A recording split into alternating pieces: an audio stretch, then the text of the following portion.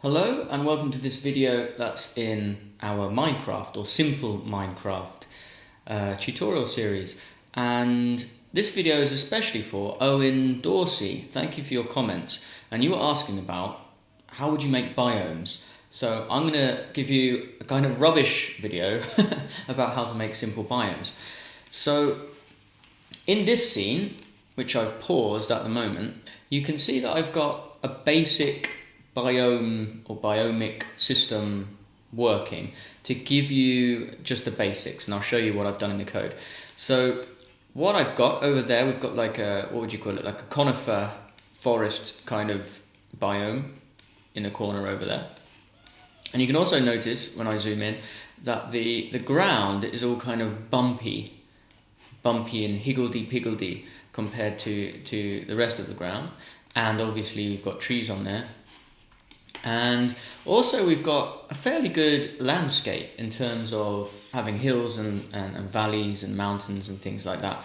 So I think, Owen, you were also interested in how to do that. So I'll just show you what I've done there. That really isn't a biome yet. That's just where I've applied not just one bit of Perlin noise or one octave of Perlin noise, but I've then added another octave of Perlin noise to make the terrain a bit more realistic. And that's very simple, and I'll show you how I've done that. I've also then started to create a new kind of biome. So you see these white patches. This is me testing out another way to do biomes. So what I've basically done is pick random spots after I've made the terrain and then changed what the terrain looks like on those random spots. And all I've done at the moment is make them white and then make them raised up. So if we just play the game now, we can go and have a look around. Oh yes, you can see the uneven ground over our, I don't know, forest biome, you might call it. And I made sure that trees can be grown in this part. And we've also got one of these, I don't know what to call them, like an ice or a tundra kind of biome starting here. But this shouldn't be happening. We shouldn't have, or we wouldn't want biomes to overlap other biomes if we didn't want that. Of course, that could be a feature that you added. So we'll have a look at how to keep biomes separate as well. Right. So let's stop playing now, and I'll show you the code very, very soon. I just want this to be a short video. And if we want to do anything further, you could let me know. So here is a website you might have heard of, Wikipedia. I think it's going to do quite well, Wikipedia. I think it's quite good. And it's a map of the real world biomes, which I've just tried to zoom in on. Has that worked? No. Okay. And what a biome is kind of like an area across the world that's relative or patterned out according to the temperature at that part of the world, where you'll have certain geographical features and what would you call it? Like ecosystems, so systems of fauna and flora, so different kinds of flowers and animals and temperatures. So you can see like Europe and Northeast America. We've got, what's it called? There's lots of different types of green on here. Temperate broadleaf forest. So if there were no human beings and nature was left to its own devices, we'd have broadleaf temperate forest. So temperate meaning not too hot, not too cold. The further you go kind of north, we've got this like kind of icy blue. What's that? It might be tundra or alpine tundra or mountain forests.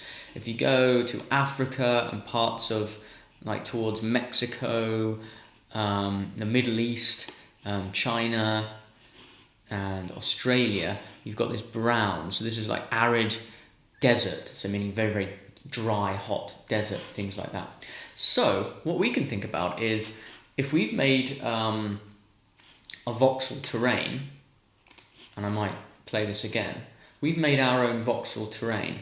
We could kind of imagine that this is like the world map. If I just pause and, oh, there we go. I'm looking down at the world. So we've got similar kinds of patterns naturally in our Perlin noise. So what I'm going to do is, or what we could think about is say, if I turn it around a bit, wait a minute. So Z is going this way. So let's say going down the map, we could say this is kind of like the south of our globe, this is the north, and you could say everything south could have forest. So let me show you how to do that. And then let's try and make everything north kind of like having lots and lots of icy tundra. That'll be our aim. So Z positive, it's icy, and Z negative, lots of forest. Okay, right. So if you've seen my previous videos in the series, you'll want to open up simple voxel farm, and this is the script that grows the voxels using Perlin noise. I'm going to make this code a little bit bigger so everyone can see. Right. Here you can see I've got biomes, and I'm quite excited about it, exclamation mark. And down the bottom I've got now decide whether to create a tree, and then up the top, this is where we're applying our Perlin noise octaves. So I think I'll just talk about this first. So really, you would need to see my previous videos to understand exactly what I'm doing here, but I'll try and fill you in just in case you haven't or you can't remember.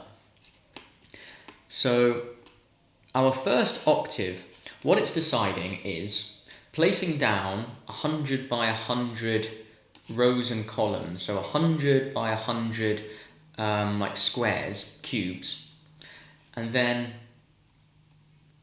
I'm deciding what the height of each cube is going to be based on its position, and its position is my position x plus x on the x-axis or the x-axis, and then my position z plus z is its position on the z-axis. So depending on those two variables, the Perlin noise will give a certain number out. It will return a certain number, and that number will be related to close by cubes, close by positions, so that we don't just get random positions everywhere, we get like a landscape thing. Now, you control what the landscape looks like with these two variables, frequency and amplitude. Frequency is kind of the spikiness, and then amplitude is how big the spikes and the troughs can get. Now, if you just apply one Perlin noise kind of like scan across the whole territory, everything will kind of look the same. You'll have the same maximum height mountains everywhere and things like this. Let me show you.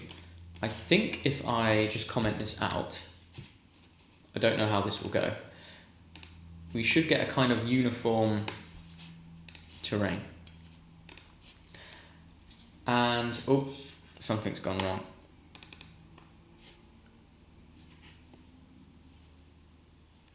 Oh, it doesn't exist yet. Can I just say 0? Will that work? Yeah, okay.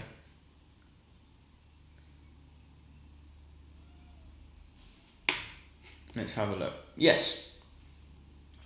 So, we've added one lot of Perlin noise. We do get, I think this is where I left things last video actually, so this is kind of a good thing. And Owen Dorsey, you mentioned how do you get biomes kind of working. So this is the first step. So if we look around, everything's kind of at the same maximum height, and it's just kind of the same pattern everywhere. It does vary, but it's a bit no man's sky. It's kind of different but the same over and over and over again, except for my biome forest, which we'll look at in a bit. I need to look at the time. Okay. Right, so all we've done is add one lot of Perlin noise, so that's created that system. But what you can also do is add another load of Perlin noise, but crucially what you do, excuse me, is change the frequency amount and change the amplitude. And the idea is that first of all, you create like the basic outline like of the big objects on your terrain, so mountains and valleys and things like that. So you want the amplitude to be absolutely massive, and then you want the effect of the frequency to be a lot smaller for like the basic outline of mountains and things. So the first lot of Perlin noise is very smooth and big. Although I am timesing, I'm multiplying frequency by 4, the effect of the frequency is getting smaller because we're dividing by that value. We're dividing by frequency times 4. So if I want frequency to be smaller, I multiply it by a larger value here. The next lot of Perlin noise that I add, the effect of the frequency is getting bigger, so it's getting spikier, but the overall amplitude, so how big those overall differences can be maximally, is going to be smaller. So that's like adding like the boulders and the larger rocks, so it's a bit spikier, but the overall difference is not going to be that much. And then to make it really detailed, you might add another Perlin noise like scan, and that time you want the effect of the frequency to be even bigger, but you want the amplitude to be smaller. And I might just do that now. So and the important thing is we're always affecting the Y value of each cube. Each voxel is having its Y value kind of changed. And every octave, so these passes or scans of Perlin noise are called an octave. And it's a good idea to add about 3. I've only added 2 and I'm kind of happy with things, but let's add another one. So I'm just going to copy this. And I've done it in a reverse order because I was being hacky and lazy. So my original one is here, and this is kind of like the first octave. But anyway, this is going to be the, we'll call it the final octave. And so this time we want to make the frequency, the effect of the frequency bigger. So we want to times this by something, I'm getting confused, by something bigger. Okay, so we'll make it 8F. So we're kind of doubling this first octave.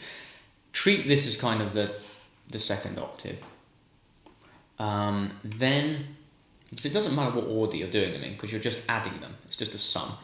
And then our amplitude this time wants to be smaller. Is that right? Biggest amplitude.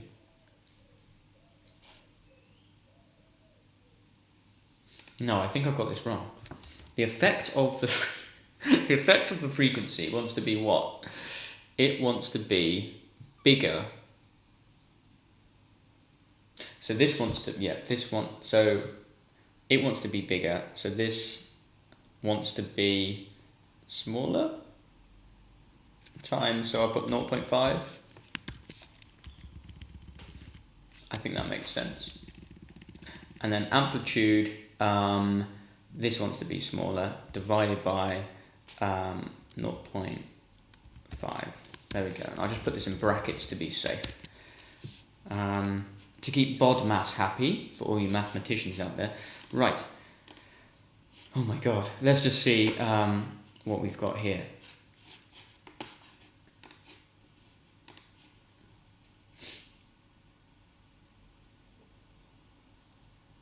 Taking a bit longer to load because you're having to do all that calculation. Okay, that's looking, yeah, a lot more varied. Well, at the moment, it's just looking a lot higher. Owen Dorsey, I'm not sure if you were asking about how I made different colours kind of happen, which I do cover in a previous episode, but I'll show you again. Basically, what I'm doing, I'm saying if Y gets to a certain height, then make it brown, and I choose I load a different voxel at that point. So if it's lower, I load a green one, and if higher, I load a brown one. For these white patches, I'm actually changing the colour of the material from the code, which I'll show you in a minute.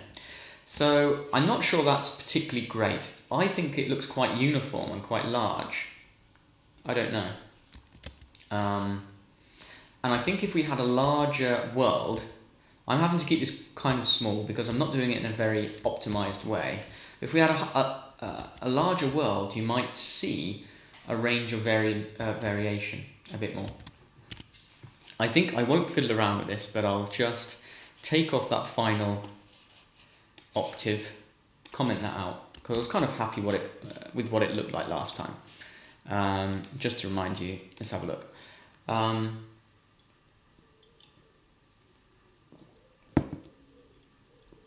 So yeah, I think that looks varied enough. And it's quite fun yourself to fiddle around with the frequencies and amplitudes to get what you want. So we were after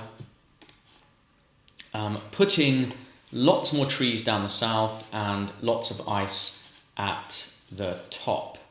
So let me show you what I've got so far, because I've already made trees in a previous video, but I'm putting them in a certain biome. So how am I doing that? Let's go down to the make tree part of this function. So I've just adjusted how I'm doing things from a previous video. I think I made the trees in a coding challenge. So you might have to find that video. Right, so I want to decide whether to create a tree. So firstly, I'll only create one. This is something like 1% of the time. And if make tree is true. So I've made a variable that's either true or false, a Boolean variable. So that is at the top. Here we go. And every time I create a new block, I start with saying that make tree is false. So how do I turn that on? To turn that on, we go down to the biome part, and I say, and this is truly how we start to work with biomes. So I'm saying, if I'll just use this bit actually. Actually, let's delete all of that. There we go. Because this will work with what I'm talking about in terms of being in the south. Yes, we want the trees to be in the south. So I'm saying, if the Z position of this newly created block is less than 52, then switch make tree on. So make trees. So if we're making blocks, making terrain in the south, you can switch make tree on, and it will and we'll get a tree being made when we get down to this part of the code. So that's one way that you could use areas of your map, so biomes, and change whether you're creating different flora, different vegetation. Also, you'll notice, where is it? I'm also saying y, so that's the height of the block, height of the terrain. I'm adding a random value to it by a maximum of 1, so it kind of gets bumpy and strange. Let's just go and see what the effect is so far. And let's see if we've got our Z positions right. Everything should be kind of treey and bumpy in the south. Okay. Let's pause it. Yes! So now it's kind of looking a bit like a very simple version of real-world biomes. So we're saying everything below this line, you might get lots of trees. There we go. So everything below this line, we might get lots of trees. Okay, and we're saying all the ground is kind of like bumpy. There we go. Right, let's go and have a look in game. It's a bit more fun if we go and explore. Oh, I'm already there. So I'm already in the tree biome. I really want to make this in VR, so I just need to add a VR camera. That would be really fun. I should make some VR tutorials as well. There we go. So I'm enjoying that, and I'm saying, oh, there's a nice biome over there. Now, we've got some tundra, we've got some ice. Although it's a very small biome in our tree forest biome. So we don't want that to happen. So let's go and switch that off. Let's go and see what I'm doing there. Right, so this is sorting out the trees. So let's say tree biome, not a great name, tree biome. Down here, this is, we'll call it our tundra biome. Or is there a taiga? How do you spell that? I'm going to say taiga. Taiga, is that right? It's not like that, is it? Tiger biome. Right. Now I'm doing something a bit more sophisticated here. I'm using Perlin noise again, but this time not to change the height of our voxels, our cubes, but just to return a value. And Perlin noise will give you a value between 0 and 1.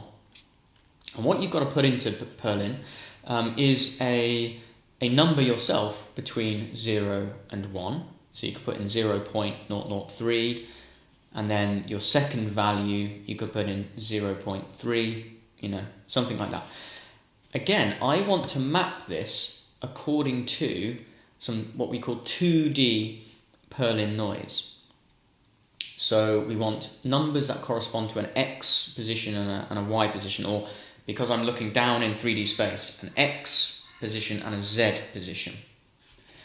So I'm using something very similar to the Perlin noise to create the terrain.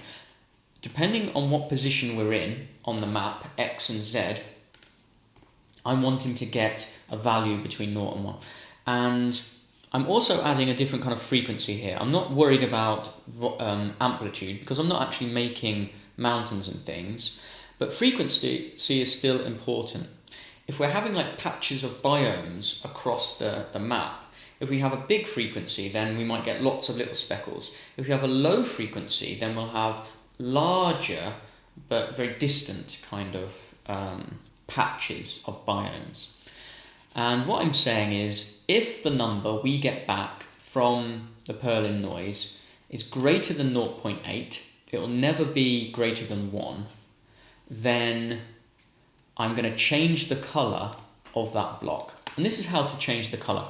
First, I get hold of the new block. That is the voxel or the cube that I'm creating. Let me just show you that. I'm saying game object new block equals game object dot instantiate current block type. And the current block type will be, if we go into the editor and I find a voxel farm. So the voxel farm it's an invisible game object, an empty game object that just has this script on. And block types, we've got a grass block or a solid block stored in an array. And in my project, where are they? There we go, a solid block, a soil block, and a grass block, which are just very, very tall. They're not really blocks, they're actually like stalks. So they're prefabbed objects. So we make, we grab one of those current block types, depending on how high our ground is. So before, when I talked about how we make it a brown soil block if we're very high, or grass one if we're low, I do that just here. So I'm just saying, if our Y position, our height, is greater than the amplitude times 3, then have a brown block, so block type 1. Otherwise, if it's lower, a grass one, block type 0. What I'm doing slightly differently here, I'm getting hold of the new block, I'm getting hold of the renderer with get component renderer, I'm getting hold of the material and the color, and then I'm saying the color equals a new color, and I'm asking for a color takes a red, a green, and a blue component. I'm just going to put those on different lines so you can see them a bit more clearly, and then let's line them up. And this wants to be white. So maximally, you can have each component being 1. So I'm having it very close to 1. I'm having lots of blue, not as much green, and not quite as much red. And then I'm adding to that a random value. So the blocks are almost white, but not all white. So it kind of looks a bit more realistic. And I'm adding the random amount with random value, which will give you a number between 0 and 1, and dividing that by 10. So it's going to be a very small variation. So that's how to add a new color. I could also, if I just comment all that out, let's say you just wanted them to be blue. I think you can just write color.blue. And Unity gives you a few standard colours. So if we play now, those areas of taiga or tundra will be blue.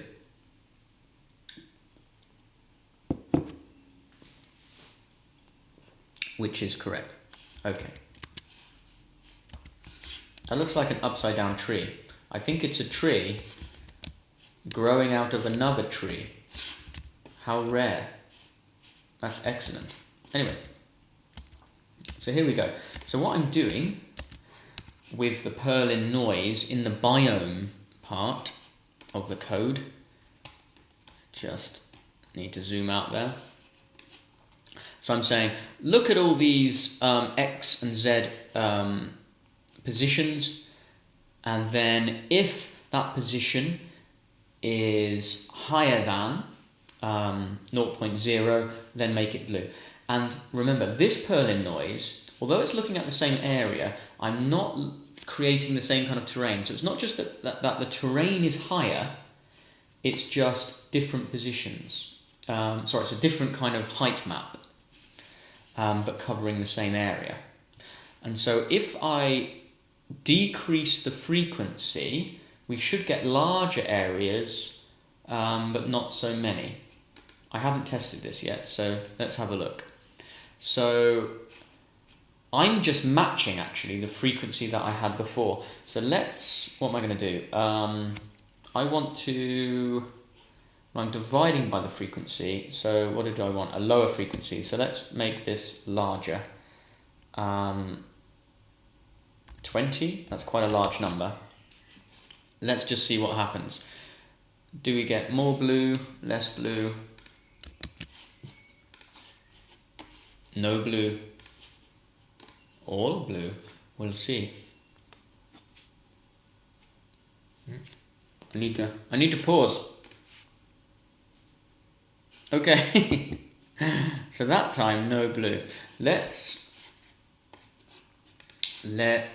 not go by 20, let's go by 2. What am I hoping for again? I'm hoping for larger areas of blue.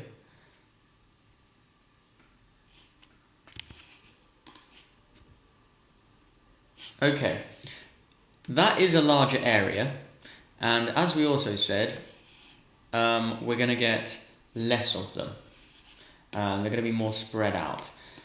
I think what I could do then is lower the threshold. So at the moment I'm saying if the number we get back from the Perlin noise is greater than 0.8, then turn those areas blue. I'm also then saying the Y, the height of the block there, make that go up by 2 meters. So I could turn that off for now. You could lower it down, so you get kind of like an ice, kind of like or glacier kind of area. I don't know. Oh, you could also you could give the voxels a physics material, and you could say that the friction was lower in those areas, and then you'd have like a slippery area. Or marshland, you could say the friction is greater, etc. So let's lessen this threshold and see if we get larger areas but more of them now. That would be better in terms of seeing lots of different biomes.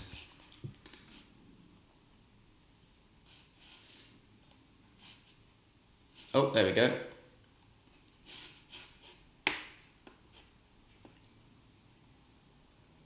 Things are just a bit slow this time. Whoa. There we go. So we've got an interesting pattern here now. So what you can imagine doing is saying, in these areas, you could have different kind of trees growing. In fact, let's do that. Instead of having the forest here, let's have the forest in these patches. And that would create a much more realistic kind of forest area. Because at the moment, I just basically said, if the position is less than this number, which is just a straight line, grow some trees. And that kind of looks artificial. But if we said trees can grow on these patches, that would look much more realistic. yes, I suppose you could say, and the more south you are, the more likely the trees are going to grow. So you're combining ideas to have kind of a like a more sophisticated relationship between areas on your Perlin noise terrain. So we need to also, in this bit, say make tree equals true, and this time I'll turn off the tree biome. Okay. So this time we should have blue ground with trees growing out of them. Let's have a look inside the game first of all. That'd be quite exciting. Okay, the game has crashed. Oh, now it's working. Oh, I'm getting no frame rate. Don't know what was going on there. Okay, so this is kind of cool. So you can see where those blue areas are, we're getting the forest, which is fantastic. That's a much more interesting and realistic way to decide where to put trees or other objects and things. And you could imagine having different minerals in those positions or different animals. I definitely need to make a video where I make AI animals jumping around. That would be good. Oh yes, we wanted to have a look from the top-down view. There you go. So in the code we just said, if we have blue, if we have a Perlin value above 0.5, make that area blue, and also turn on the tree. And we get a very realistic spread of trees. Let's turn kind of the northern area white. So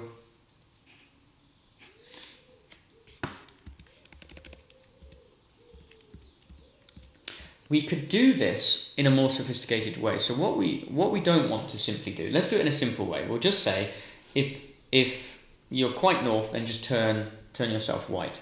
So let's call this a tundra biome. I need to stop the video in about 5 minutes.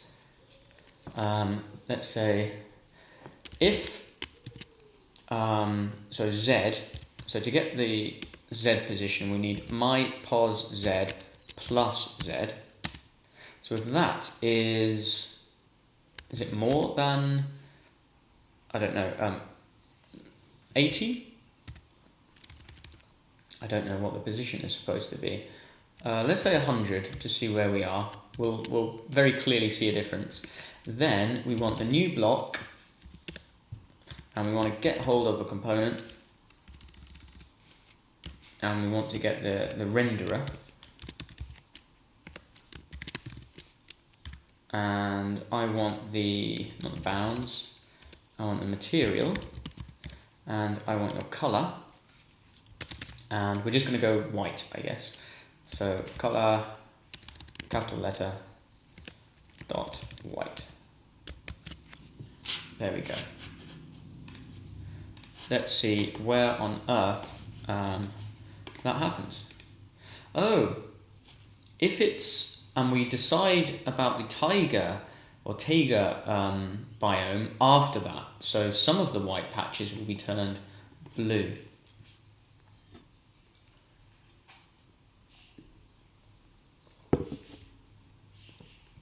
As we see. It looks right if we're looking north. It's very, very slow to start. I'm not sure why this is. Something to do with performing lots of Perlin noise equations. Ow, my Mac feels very, very hot right now. Okay, so it's working very, very hard.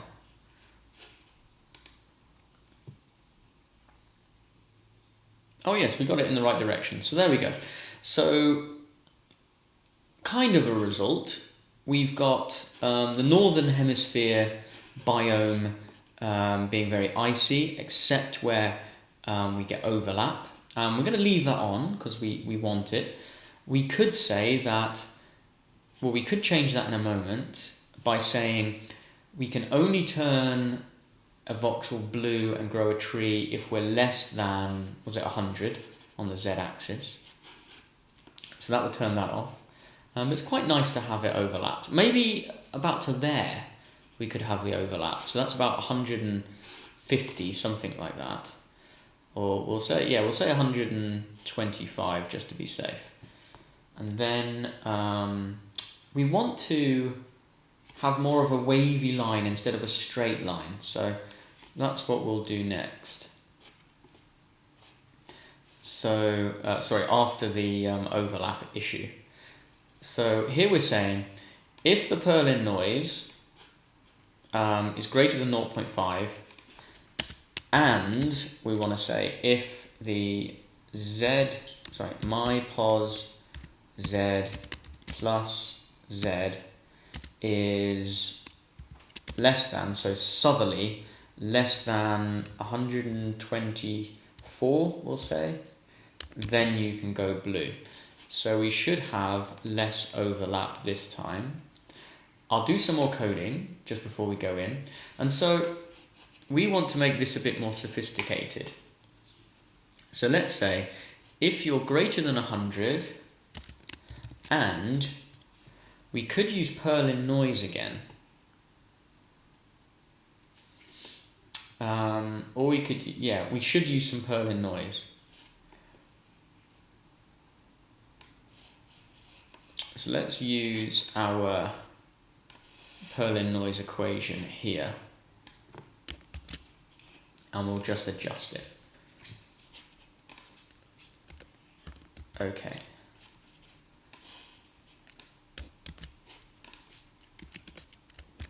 So I'm creating a new biome frequency. And let's say the frequency, we want the effect here to be very small.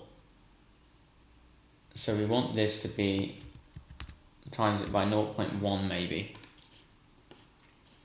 We'll leave the threshold at 0.5. And we've just got to sort out the fact that we're declaring B frequency again down here. Okay, so we're not affecting the Perlin noise for our tiger zone. We need to take out that if. So we're saying, if we're far enough south, so Z is greater than 100, and is that less than 100? No, greater than 100. So greater than 100 going up there. And we're greater than 0.5. Then do that. Right, so there's some kind of problem here. I've got a feeling that I've probably missed out a parenthesis. There we go. Right, let's just see if we've got a bit more of a squiggly line going on.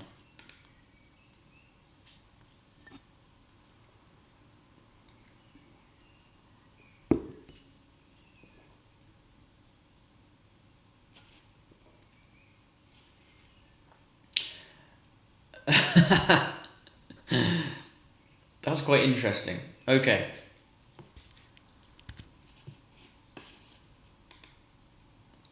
It looks awesome, but it's the opposite of what I wanted to happen. So here, I've gone in the wrong direction in terms of my frequency. So if you wanted to, throw a load of minerals or something over your terrain, this is definitely one way to do it. That looks really cool. Or have like loads of stones or ruins and things like that. That's amazing.